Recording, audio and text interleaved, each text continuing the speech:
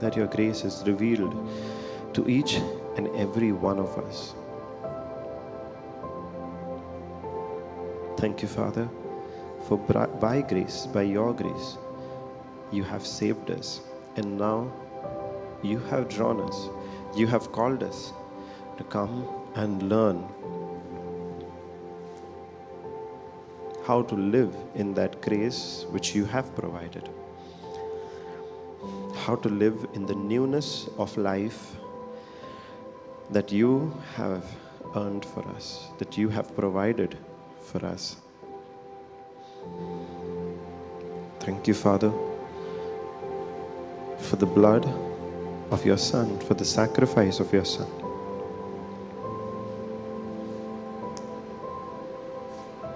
Thank you, Father.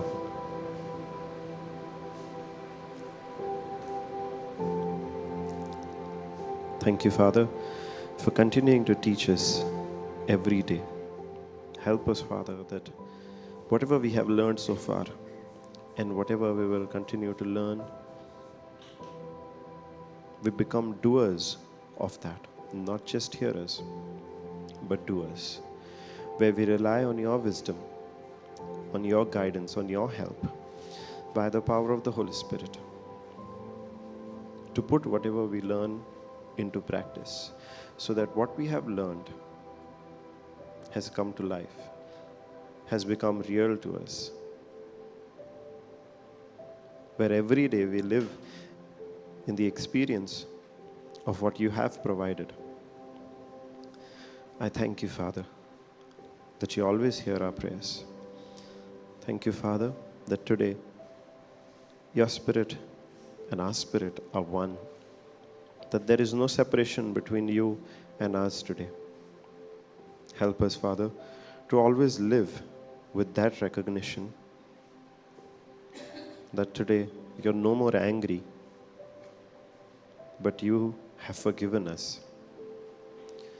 You have forgiven each and every sin of ours and nailed that old sin nature on the cross, removing it from us and giving us a new spirit, a brand new spirit, completely made new, without any corruption. Thank you, Father.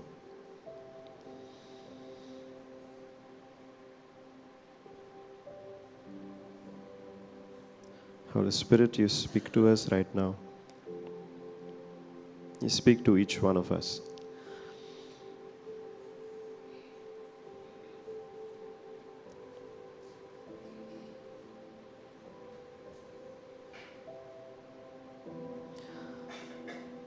For this grace, Father, I thank you and I praise you. In Jesus' mighty name, amen. Hallelujah. Praise Jesus. Thank you, Jesus. So all these days we've been learning how we are saved by grace, but also through faith, where the grace that God has provided, that grace is accessed through faith. Both have to go hand in hand. There has to be a balance of both, where all of the goodness that God has provided, we need faith to access that. Be it our forgiveness, be it our salvation, be it our justification, be it our redemption, be it our health, be it our peace, our joy, our prosperity. Everything that God has provided for us, He has provided it by grace. And we access it by faith. Right from the first day, we've been learning how God is no more angry with us. In fact, He never meant to be angry with us. But we had learned a lot of things which had created that image about God in our mind, where we thought God is an angry God. And we looked at the Bible from that perspective also. We looked at the Old Testament and we saw God angry with the Israelites and God punishing the Israelites if they did anything wrong, if they didn't follow the law, or if they didn't obey God. We thought God is punishing the Israelites. not knowing, not having the knowledge that that was not punishment. A lot of the things which we saw as punishment in the Old Testament was not actually punishment. It was just the consequences of the sin that the Israelites and the people of the Old Testament yielded to. That was the consequence. And even in things like the flood during Noah's time, where we saw it was God's punishment, in that also we saw His love. In that also we saw His mercy, and in that also we saw His grace. All leading to our Lord Jesus Christ. All leading to that one man through whose sacrifice we would all be saved, we would all be forgiven, we would all be made righteous. All throughout the Bible, all throughout the Word, we saw it leading to Jesus. Correct? Because even the law, which a lot of times we might have not thought of it law, we might have thought of it as commandments, because that's the word used more these days compared to the law. We are more familiar with that word, the commandments. Even in that, we saw it was not so that we could keep those commandments, we could keep that law, and then be in right standing with God, but rather those commandments, that law also was meant to point to Jesus Christ. Yes? Hallelujah. Praise Jesus. So in everything, we have Jesus Christ. Everything pointed to Jesus Christ. And if we don't have Jesus Christ as at the center of our lives, we fall out of grace. Grace might be available to us. And that's also something that we've been reflecting on, Titus 2:11, where the grace of God is revealed to everybody. But if you don't access it by faith, if we don't put Jesus at the center, if the focus is not what Jesus has done and God has done, we are forfeiting that grace. The world system is take the teachings of Jesus, but remove Jesus out of it. Because God has put certain laws in place. The system of God, whoever operates under that system gets that result. But what the world has done is taken the good teachings of Jesus, but removed Jesus out of it. They've taken the teachings of Jesus and packaged those teachings as motivation and business lessons and stuff like that, and remove Jesus out of it. But when we remove Jesus out of anything, we fall from grace. Because now the center is not what Jesus has done. Now the center has become what we do. The focus has shifted from Jesus to us. Praise Jesus. So the focus, when the focus shifts from Jesus to us, that's when we start getting into a problem. That's when we start getting into a problem, because we are not, see, if a machine is designed in a particular way, let's take a car. If it's a petrol car, but we put diesel in it, it's not going to run properly, right? It's going to break down. It's the same way with us. I'm not saying we are machines, but we are also designed for a particular purpose. We are also designed for a particular purpose. We are designed to be God conscious, not sin conscious or even self-centered. We are designed to be God conscious. The way that's supposed to be the normal way of working for us, where we are living with God at the center all the time. That's how we are designed to live. That's how we are designed to live. Now, things go wrong when instead of running on petrol, we try to add diesel. Instead of running with God at the center, we make ourselves the center. The focus goes on us. And that's the same thing that happened with Satan also, right? That was the very reason for the fall of Satan, where his focus shifted from God to himself, and he sought, he wanted to elevate himself, he wanted to raise himself up to the level of God, or probably even above God. His focus shifted from God to himself, and now he wants us also to do the same thing, because he knows we are designed to be God conscious. But if he can get our mind off God, then he knows we will malfunction, we will break down. And that's what he wants. In everything, he wants to take our mind, take our focus off God and put it on ourselves. What does fear do? It puts the focus on us. What does worry do? It puts the focus on us. Taking away the focus from God to ourselves. But now we are learning that whatever mistakes we might have done, wherever we might have gone wrong, wherever we might have failed, wherever we might have not obeyed, gotten into sin, God is not looking at any of that, because he was never interested in our performance. Even in the Old Testament, it's not just in the New Testament, even in the Old Testament, where David recognized, Lord, you are not interested in all these sacrifices. What you are interested in is our heart.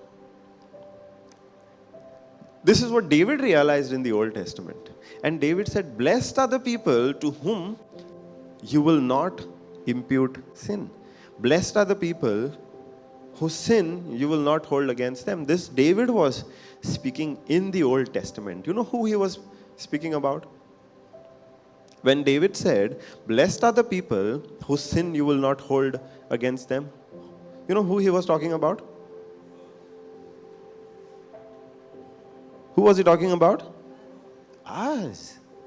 David in the Old Testament, so many years ago, recognized how blessed we are going to be, whose sins will no more be remembered, whose sins will no more be looked at. Hallelujah. Praise Jesus. David recognized that it is not about being in right standing with God, having that relationship with God by keeping all of the law and offering all the sacrifices. No. God is going to relate to us heart to heart. Praise Jesus. Thank you, Jesus. That's who our God is. And that's the knowledge, that's the recognition that we are called to live with. Hallelujah. Where we are completely forgiven. We are not looking at where we have gone wrong, what sin we might have committed, no matter how big the sin. Because God is not saying big sin, small sin, medium-sized sin. For him, everything is one. Because even if we fail in one thing, it's like we have failed in everything. God's standard is that. But he's not looking at where we have failed. What he's interested in is that we believe that by his grace, all our sins have been forgiven. We have been cleansed. We are made righteous. Hallelujah. Thank you, Jesus. Now, if God has done that, if God has forgiven all our sins, past, present, future, he's not looking at our sins anymore, then does that give us a license to live our life the way we want? Does that give us the license to continue in sin anyway, even if I do something wrong? If today I learned that all my sins are forgiven, past, present, and even future. So even if I sin in the future, it's anyway forgiven. So does that give me the license to continue living the way I want? continue living with the same sinful actions of sins, because they're anyway forgiven, right?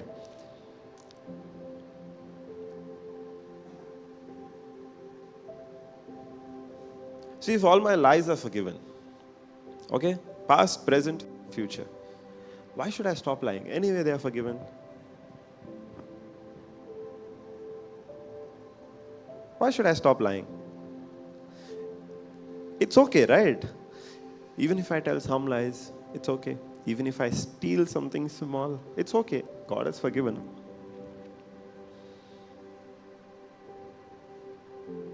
Is it not? It's okay, right?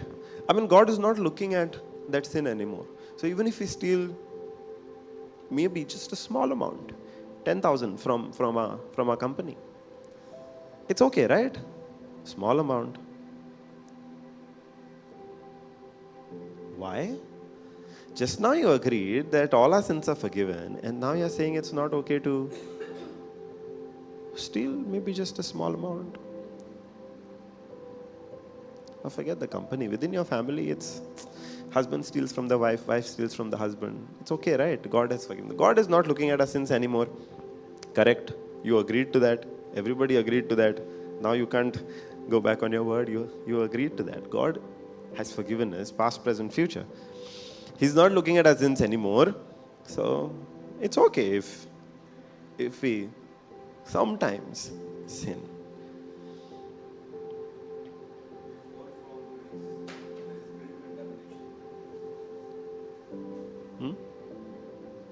Is there the answer? No. One person gives the answer, everybody will say yes. What do you think? What do you think? It's okay to sin, brother. Why not?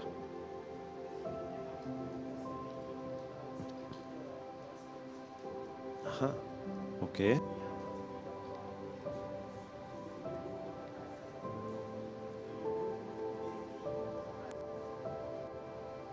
Praise God. Anybody else? Why you think it's not okay to sin?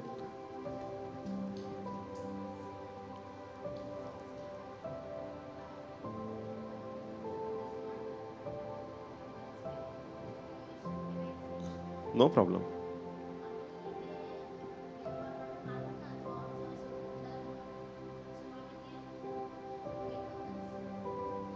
So it's okay to sin? Okay. Praise God. Okay.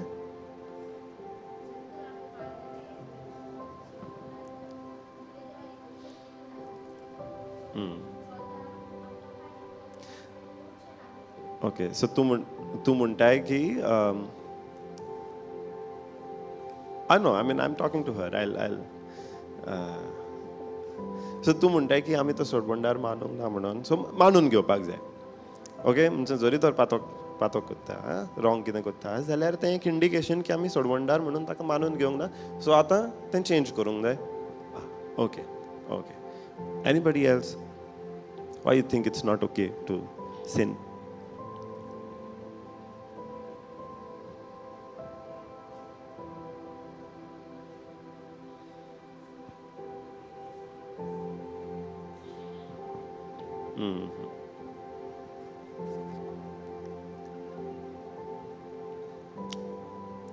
Praise God. Hallelujah. Has this thought come to you? Has this question come to you before? Has it that, okay, forgiven, but does that mean I can continue sinning and God is going to forgive me every time? Has it come?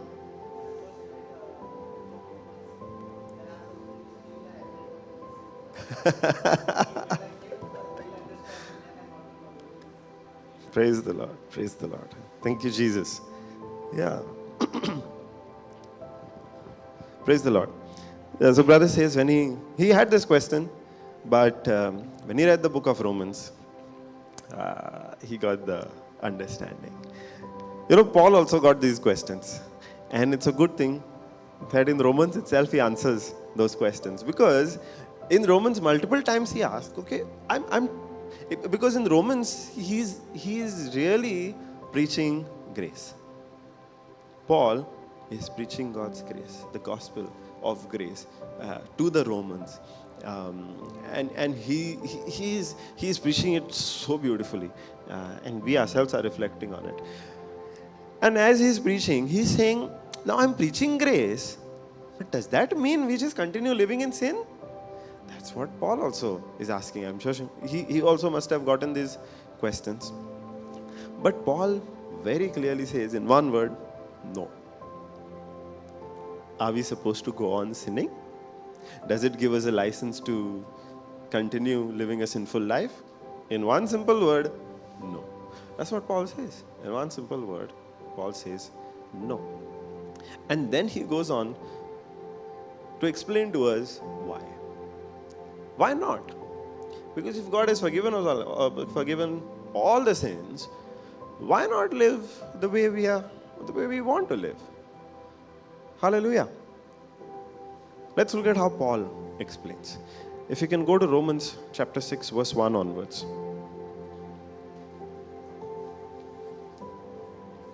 Romans chapter 6, verse 1 onwards.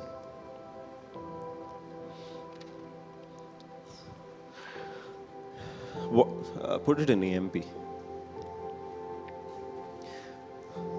What shall we say to all this? All of this is what? What shall we say to all this? All of this is where Paul has preached, you are not saved by keeping the law.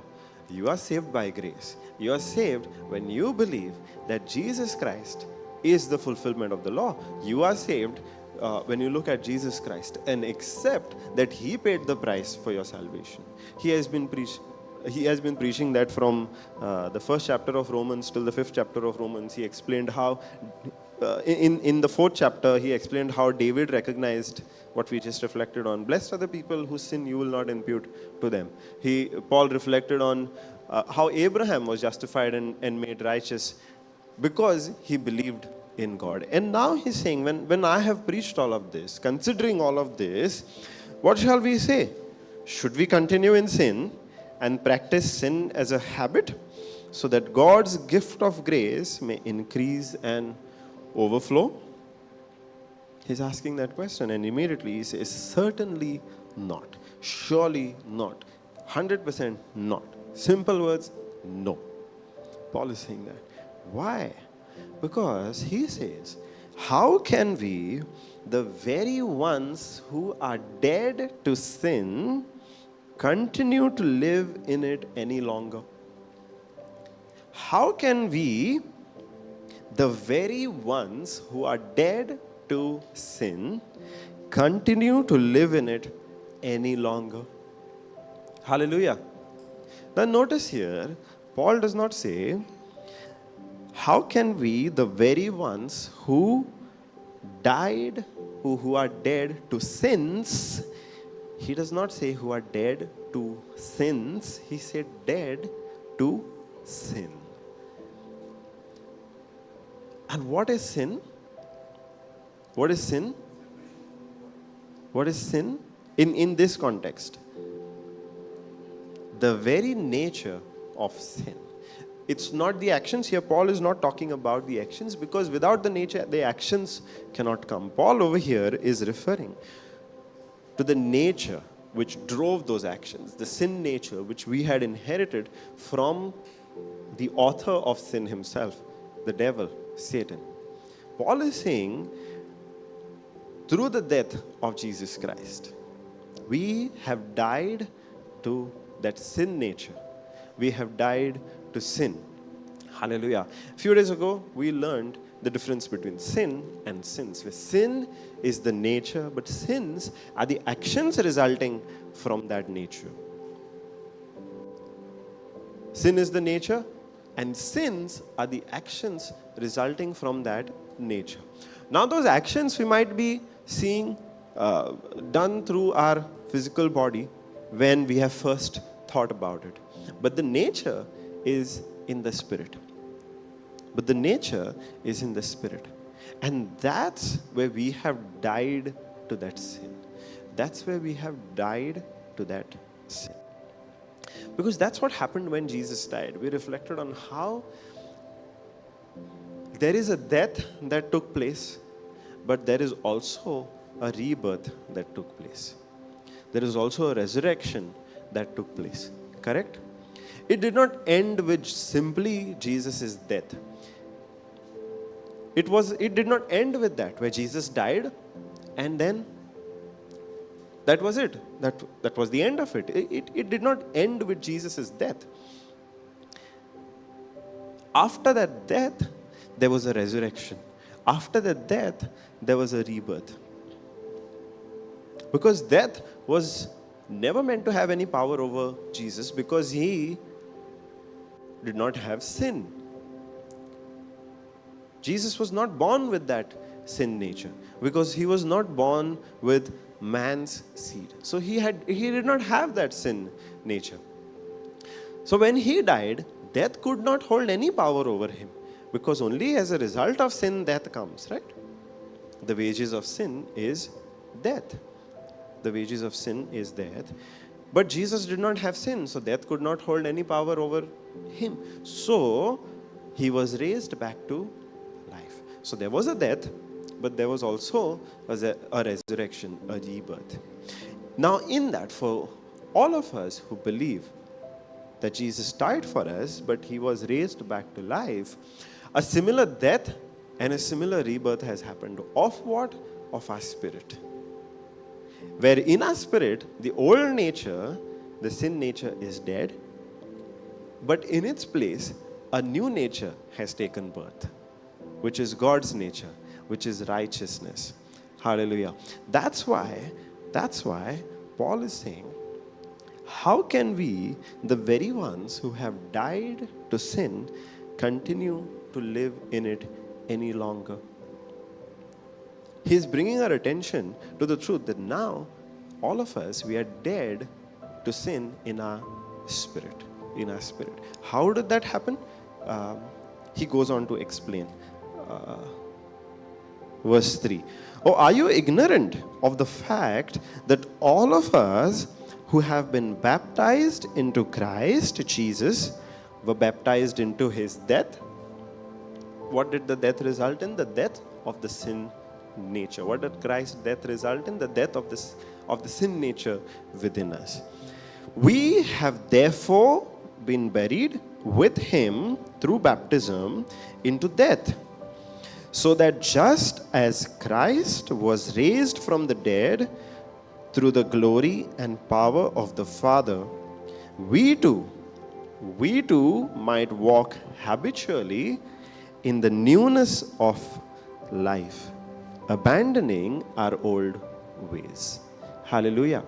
Here Paul is saying we do not continue to live in sin, because now we have a new life. We have a new nature, which does not compel us to sin anymore. That thing which was there inside of us, which forced us to sin, is dead. Now there is something new in its place. There is something new in its place. And that is God's nature himself. Now, does God have the nature to sin? Impossible. That same nature is there inside of us. Hallelujah. Thank you, Jesus. Now, God does not sin, does he? Because he does not have the nature of sin, correct? So he does not sin, so he cannot sin. Now, we have that nature inside of us. So why do we sin then? Why do we sin then? God has a nature. By his nature itself, he does not sin. He cannot sin. Now we have that nature in us. Why do we continue to live in sin? Hallelujah. That is because even though our spirit is renewed, our mind still has to go through that process of renewal. Even though our spirit is renewed, that power is there in our spirit, our mind has to still go through that renewal and recognize that power which is there in us. Live with the knowledge of the power within us. Because it's there in our spirit, because we cannot see it, it tends to go out of mind. Correct? We tend to forget that we have that power in us. And we still resort to the old ways where we said, I cannot resist this.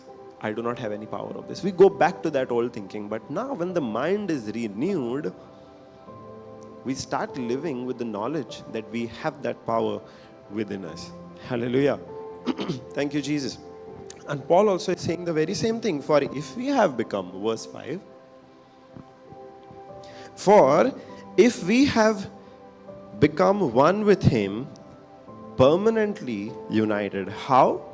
If we have become one with him and permanently united, how are we permanently united with God? How are we permanently united with God? In our spirit. In our spirit. Where it's no longer our spirit. We don't have two spirits. Our spirit as well as the Holy Spirit. Our spirit has become one with the Holy Spirit. Now, can Holy Spirit be separated from God? No.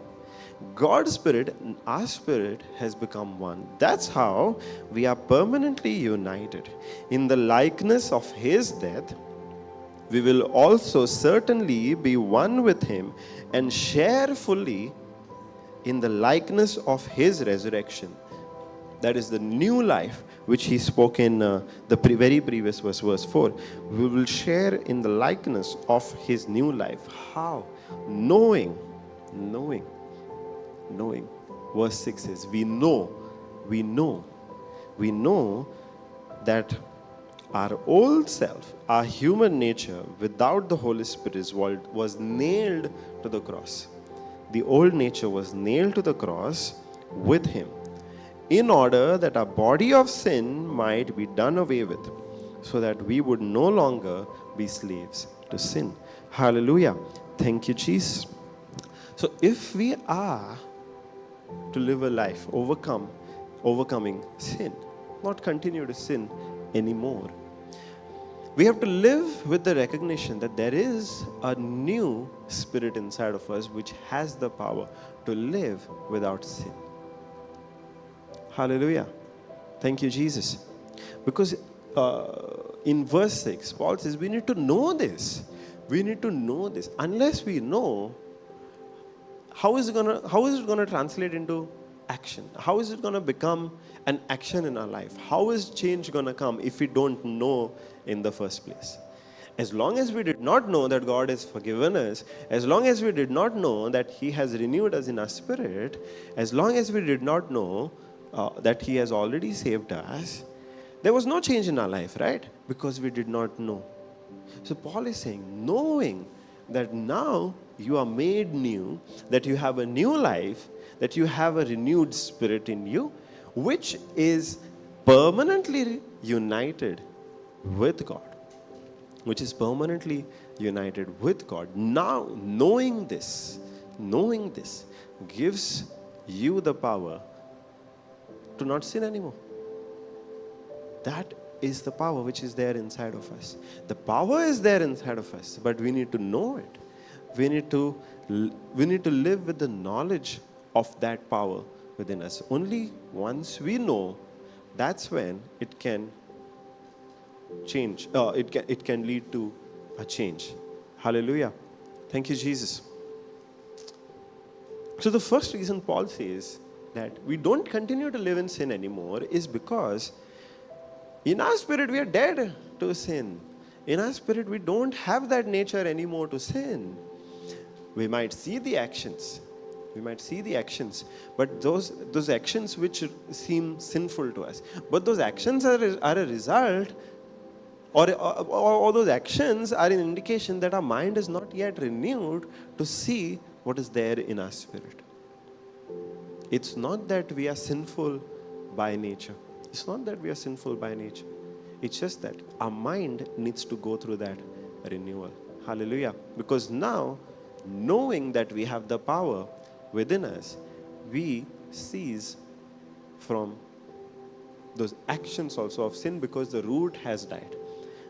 The sins, which are the actions, they stop because now we know that the root of those actions, which is the sinful nature, is dead. We no more have it. And when we live with the recognition that today we have the the nature of God, we live with that. We live with that knowledge that the nature of God is within us. The actions also are going to follow, because now the root is God's nature. The root is righteousness. Hallelujah. And we need to know this constantly. We need to have it in mind constantly. Even when a sinful thought comes, we need to go and remember that we are righteous. Hallelujah. Thank you, Jesus. Praise you, Jesus. I remember a testimony which a brother had shared in the Zoom sessions. He was struggling with addiction to a sexual sin. With addiction to a sexual sin. And he was saying, no matter how much I try, I cannot come out of it. I cannot come out of it. And over there, that's the first time I had heard righteousness being taught. As the brother was being helped, when he came and somebody ministered to him, and he said, I just cannot overcome this tendency, this urge to get into this addiction. And the person who ministered to him preached God's righteousness and explained to that brother how now he no more has that sin nature. As he believes in Jesus Christ, he no more has that nature. And as he's born again, he has a new nature. He has a new nature. That was preached to that brother.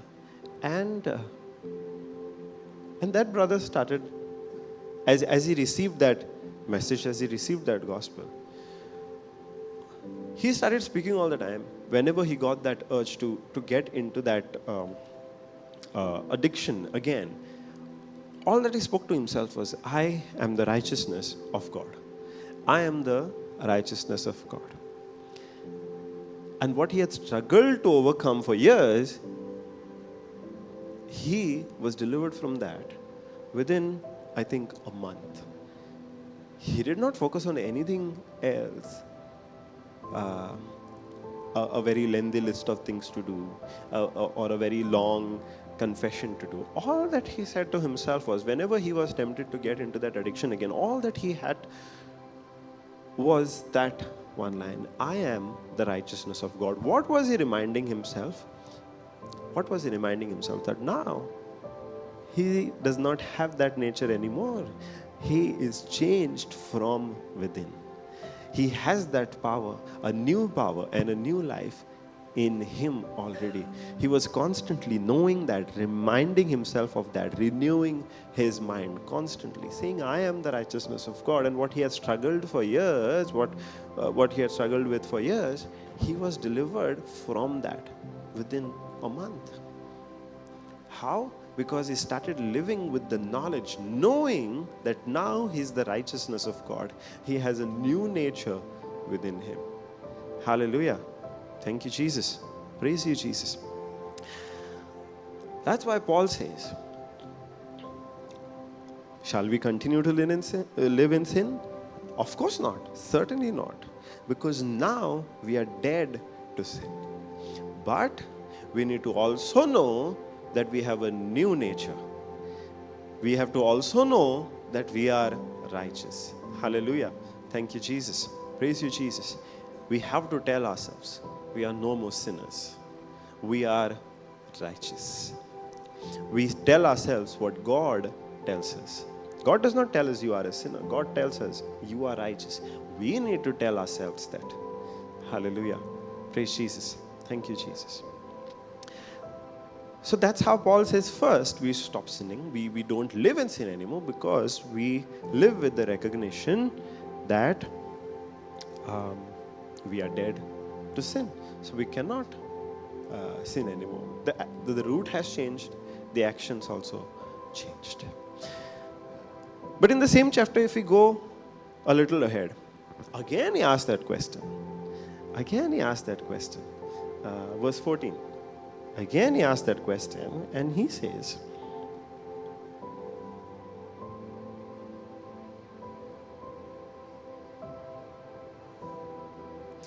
Verse 15. What then are we to conclude? Shall we sin because we are not under the law but under God's grace? Here again ask the question. Shall we continue to sin just because we are no more under the law but under God's grace? Previously he had asked the same thing, right? Shall we continue to sin so that God's grace may abound in our life? Over there also he had said 100% not. Certainly not. Over here also he's asking, what then are we to conclude? What then are we to say? Shall we sin because we are no more under the law but under God's grace? Here also he says 100% not. Certainly not. And here he goes into another reason why we don't sin. Why we don't sin. See, it started with in the beginning of this chapter, he started by saying, now we have the power to resist sin. Now, if God had to ask us, stop sinning. Don't live in sin anymore. Don't live in sin anymore. Stop all these actions. Stop all these wrong actions that you are doing. If God had to tell us that, but we did not have the power to stop all those actions, will we be able to stop? It wouldn't be possible because we don't have the power to stop those sinful actions. So God had to deal with the root. And what was the root? The nature. So God first went to the root and changed the root, which is the nature. From sin nature, he now changed the root to God's nature. Where we did not have the power to resist sin, he gave us the power. He had to deal with the root first. And that's what Paul said in Romans, the same chapter, verse 6, the verses that we just reflected on. He said, now God has given us the power. Now that God has given us the power, now can he ask, you already have the power. Now stop. Correct? Now we already have the power. If he did not have the power, God could not have asked us to stop. But he first dealt with the root and gave us the power first.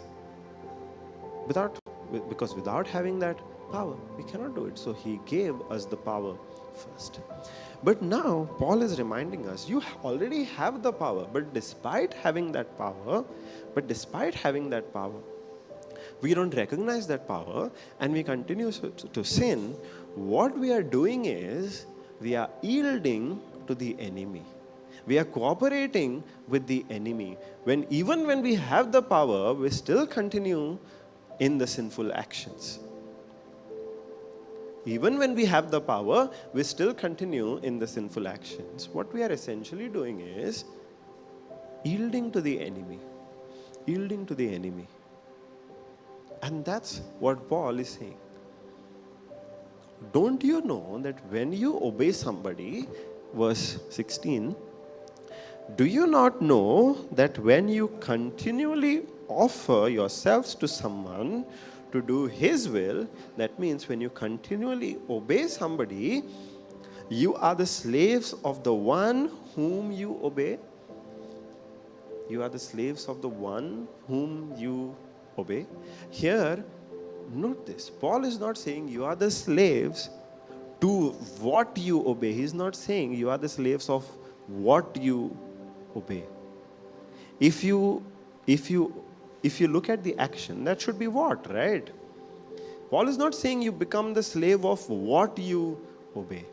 Paul is saying you become the slave of whom you obey. We don't use the word whom for things. We use the word whom for a person.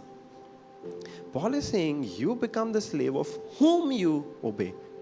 Now here, when we continually offer ourselves to do those sinful actions, we become the slaves of the enemy, of the devil. We might have the power within us, but if we don't know that power in the first place and don't live according to that power, when we continue in the sinful actions, in that obedience, we become slaves. We become slaves to the. We become slaves of the enemy. Hallelujah! Praise Jesus. Thank you, Jesus.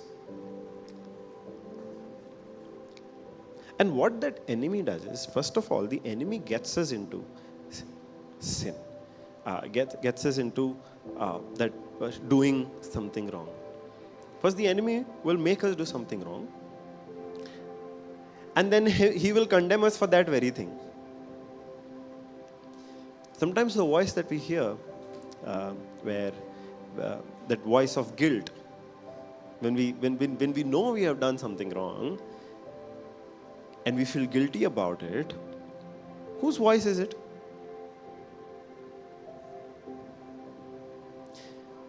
How can it be the devil's voice when it is the Holy Spirit's job to... What is the question? Okay, when we do something wrong, and then we feel guilty about it, the thoughts of guilt which come, whose voice is it? Holy Spirit's voice. When we do something wrong, and then we feel guilty about it, all those thoughts about guilt are coming. I should not have done this. This was wrong. Whose voice is it? Whose voice is it? If you have stolen from somebody and then you took that action, impulsive action, and then you're feeling guilty about it, whose voice is that?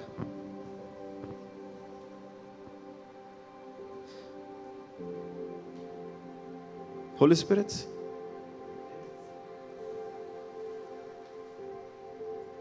Not Holy Spirit's? Praise God. Thank you, Jesus, that we have understood that Holy Spirit is not the one who's telling us you are guilty.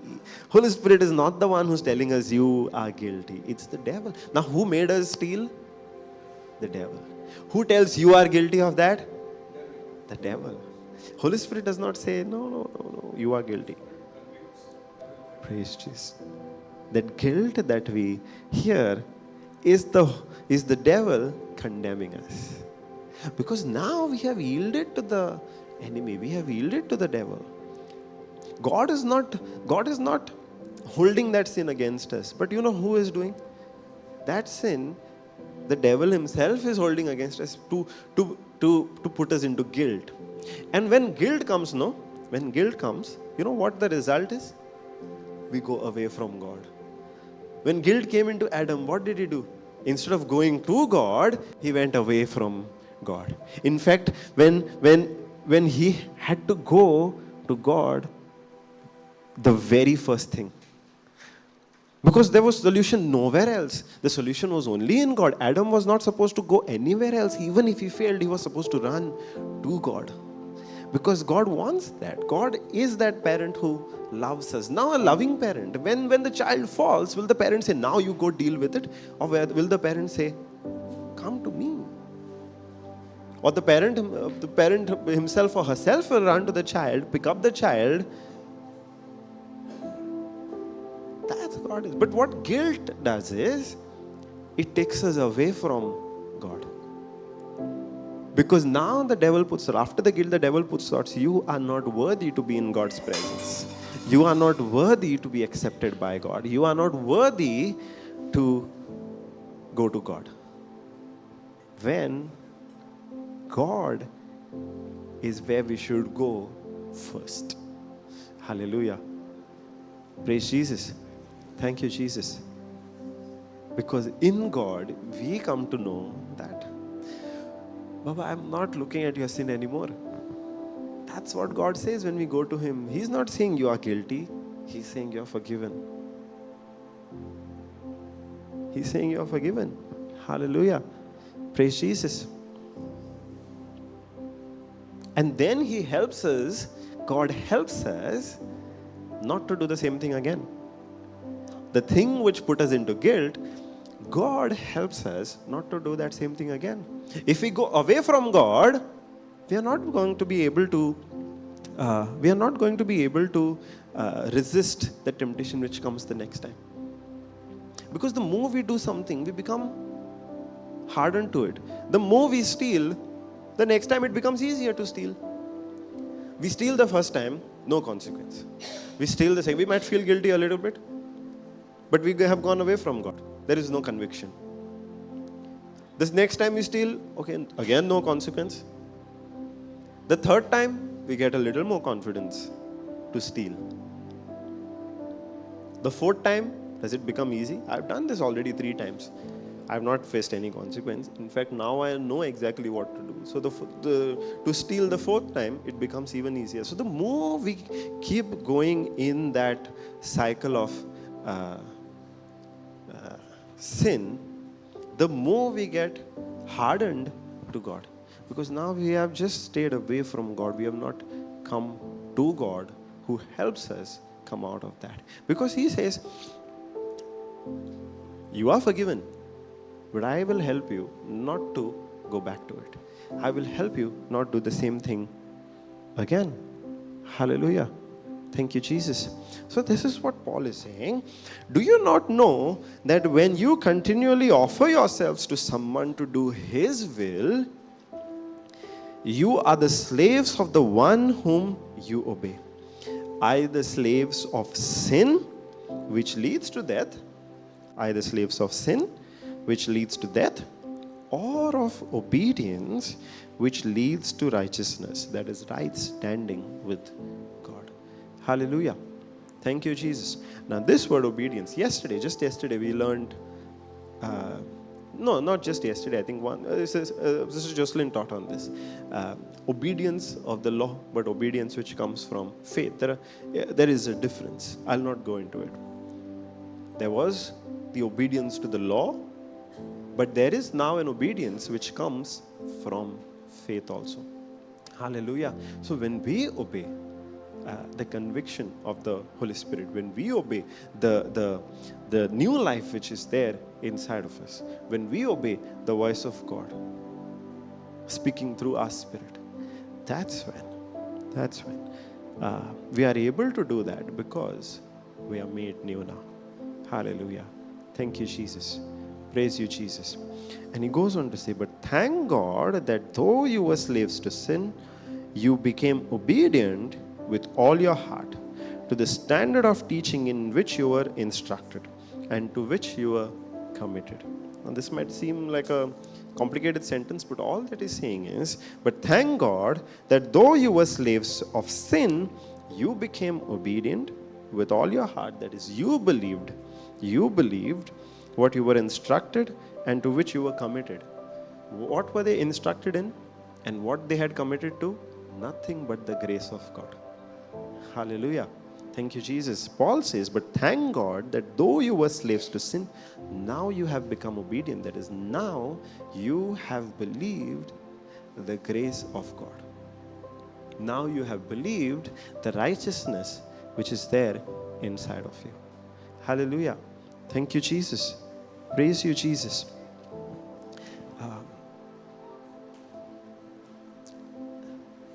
What do you think is repentance?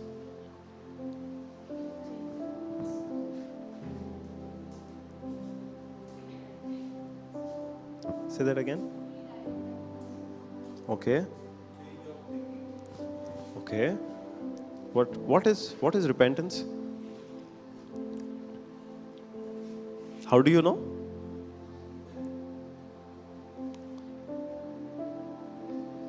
Repentance is feeling sorry for your sins.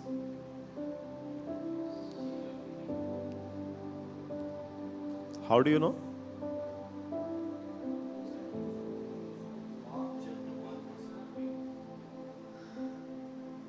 Praise Jesus. So repentance is not just feeling sorry for our sins. Correct? I had that idea for a very, very, very long time. For a very, very long time. That repentance is, when I say I repent, it means that I need to feel sorry for my sins. But how did that help me? Just feeling sorry when the next day I went and did the same thing. Then the next day again I have to feel sorry. That's what I was going through. Hallelujah. So that's how I had the idea that repentance is feeling sorry for my sin. And eventually, to tell you honestly, like I said, we become hardened to the voice of God when we go on sinning. I felt sorry the first time. The second time also, little sorry. Third time, fourth time, fifth time, After a point, I had stopped feeling sorry. The action had not changed, but I had stopped feeling sorry. But at that time, I did not know that repentance is not only about feeling sorry for your sins. Repentance, at its core, it's change in thinking. Repentance, at its core, is change in thinking. Repentance is not also about changed actions. It is first about a change in thinking. Because how can we change the actions if the thinking has not changed? The root is the thought, right? The root is the mind. Without thinking, we cannot take any action. So repentance is not only about feeling sorry for our sins. Repentance is not only about trying to change our actions. Repentance, first and foremost, is a change in thinking. Hallelujah. Thank you, Jesus. Praise Jesus. And you know how I came to know that? When I started reading AMP. When I started reading the Bible in the AMP version. Because over there, every time in the Gospels, like for example, in the Gospel of Matthew, when I think when John the Baptist says, repent, for the kingdom of God is near. Can you put that, Matthew 3:2?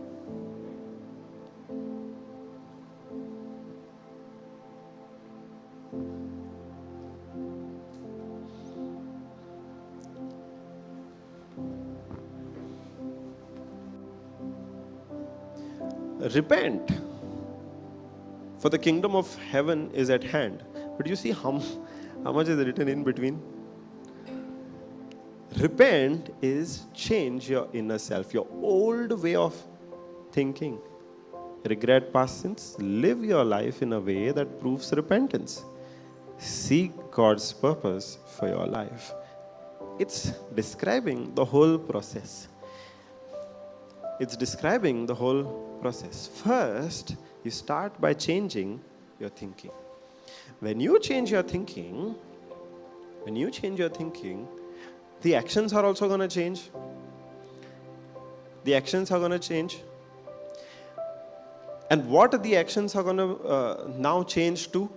Earlier, the actions were aligned to sin. But now, when the thinking has changed, now the actions are changing and aligning to the purpose and the will of God for our life. Hallelujah. Praise Jesus. That's what repentance is. Now we might have, if we go back to Romans 6:16, we might have yielded to the enemy. We might have obeyed the enemy. Even though our spirit is renewed, even after being born again, there might have been certain areas in which we have yielded to the enemy because of that unrenewed mind. But that's not the end of it. God is not saying if you have yielded to the enemy, even though you might have been born again, even though you have a new spirit, after that, if you yield to the enemy, God does not say, game over. God still says, repent. And repent how? He does not mean feel sorry for what you have done. He says, repent, change your thinking. Change your thinking. Hallelujah. Praise Jesus. We might have yielded to the enemy, but God says you can still overcome that when you change your thinking. Now, if you see both the places in this chapter alone, where Paul is asking the question, should we still continue to sin? And then he himself says, no, 100% not. 100% not. And then he gives the reason. The first reason is, now we have a new spirit. We have a new nature. So we have the power to not commit the sinful actions. We have the power to change the actions because now the root has changed. Now the power is given to us. That's the first reason. The second reason is also, even if we have the power, we might be born again. After that also, if we do anything wrong, we might be yielding to the enemy. Because whoever we obey, we become slaves to whom we obey. But over there also, we can come out of that when we have renewed our mind. When we have renewed our mind. Because now even if we see any wrong actions in our life, it's not because we are by nature sinners. That's no more our reality. That's no more our identity. Sinners is no more our identity. The root is changed. The actions might have not yet changed in every aspect of our life. But the reason for that is the mind, the unrenewed mind, not the corrupt spirit. The spirit is made new. The spirit is just like Jesus. The spirit is permanently united with God. The spirit is permanently united with God. If we are seeing something wrong in our life, it's because the mind in that area is not yet renewed. Is not yet renewed. So what Paul is asking us, or what God is asking us to, is not to renew our spirit. He has given us the power. He has renewed our spirit. But you and I still have to renew our mind. Hallelujah. And renew our mind how? Based on the word. The new lens through which we see everything is now the word. And in his word, his grace. Hallelujah. Thank you, Jesus. Praise you, Jesus. Now, it's no more a spirit which is corrupted, which needs renewal. It's done. It's done. What needs renewing is our mind. Hallelujah.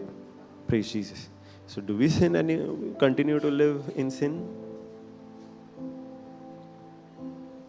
Do we continue to live in sin? Do we continue to live in sin? No. Why? Because first of all, we are made new. First of all, we are made new. Hallelujah. Thank you, Jesus. And because we are made new, we live to righteousness. Because we are made new, we live according to our new nature. We live according to God's nature inside of us. That is why Jesus, through Paul, he says, imitate Christ. Imitate Christ. Live the way Christ lives. Because now we have his nature. Hallelujah. Praise Jesus. Now we live to righteousness, imitating Christ, because we have his nature inside of us. Praise Jesus. Hallelujah.